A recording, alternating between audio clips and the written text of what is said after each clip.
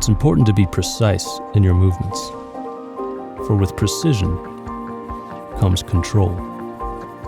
You must leave nothing to chance. To achieve true precision, don't just react. Take control.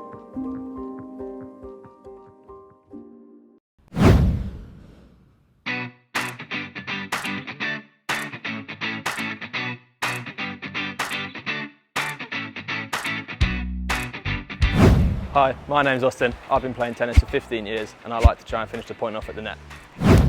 Hi, I'm Julian. I've been playing tennis for 45 years and I'm a hacker.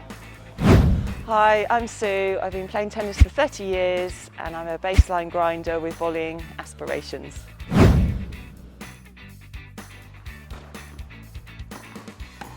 Yeah, I struggled slightly from the baseline. I felt like it didn't create much easy power on it. The control was nice, but I felt like the pace was a bit of an issue. I felt like the sweet spot was quite small and I really struggled to generate power. I felt like even if the shot was quite a good outcome, it didn't feel very nice off the strings.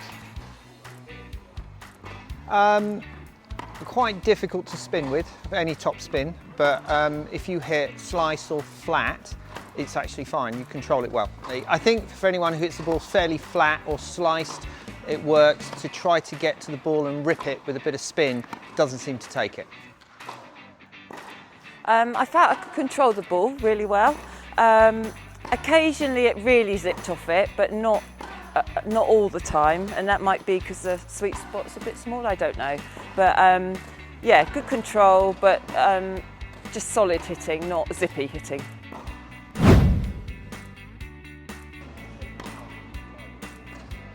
Surprisingly, volleys were fine. I'd sort of figured out that obviously the sweet spot on a Yonex racket, because of the square head, is lower. So once you actually feel it a little bit more towards the hand, then you're getting the ball out of the centre of the racket. And actually, that has more power as a volleyer. That has more power to volley than the babolat. Exactly the same for the smashes. So as long as you realise that the sweet spot was lower and you connect lower, you actually gained power on the smash. Felt really good. It didn't feel like the racket was in my hand. I could just get it to the ball and it was zipping off nicely. Yeah, felt really good volleying. Smashes, the same, because it was lighter. It felt like I could get it into position really quickly and the smash felt nice going through it. Yeah, I was quite surprised. Yeah, volleys weren't bad, to be fair. They were easy control again. The power wasn't too much of an issue because I was at the net. When I was timing it nicely, I had good control, so I was hitting my volleys nice and deep. And it was overall quite nice from the net, yeah. Yeah, I thought the smashes were decent. Like, if I hit the ball out the middle, it was a really good connection.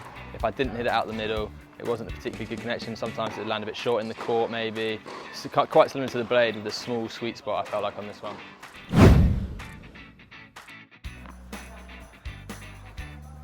For my serve generally, again, because it didn't feel heavy, I could get it in position and I was able to pull the racket through quickly. So it felt like the serve was going quite nicely, actually.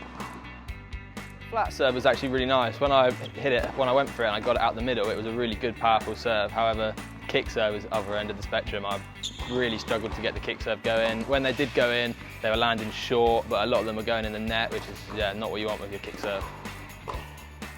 Flat serve, again, came off really well. There's that feeling when the ball comes off the sweet spot of it zings, but outside of that, it feels slightly deader. So you're losing about 10% of what you hit outside of the sweet spot. But actually putting spin on it, as long as you can get it in the sweet spot, it's the same effect, so it feels good.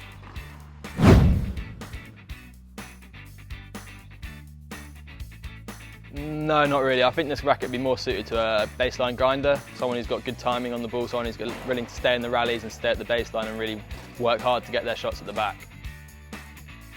Not really. I think it suits someone trying to hit the ball flatter, earlier and come in. So I think it's going to be more of a volleyer, server, volleyers type racket. That's what it felt like.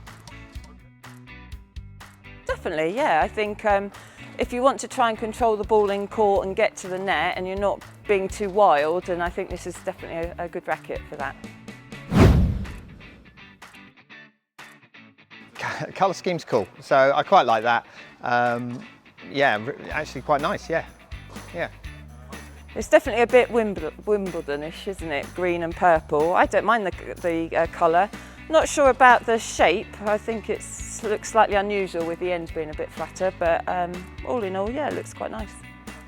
Yeah, I don't mind the colours. The colours are quite bright, which isn't my personal taste, but I think someone else might like that. But the other thing I don't like is I'm not a fan of the square head.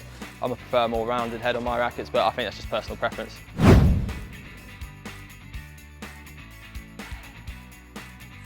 In keeping with normal prices, maybe a bit cheaper than the top of the range rackets. So yeah, if you want to be able to control the ball well, then yeah, it's a good price for the racket. Yeah, I think that's probably a fair price. It's cheaper than the rest of the rackets. I think if you like a more stiff racket, something that's going to offer you lots of control, I think this is probably the right racket for you.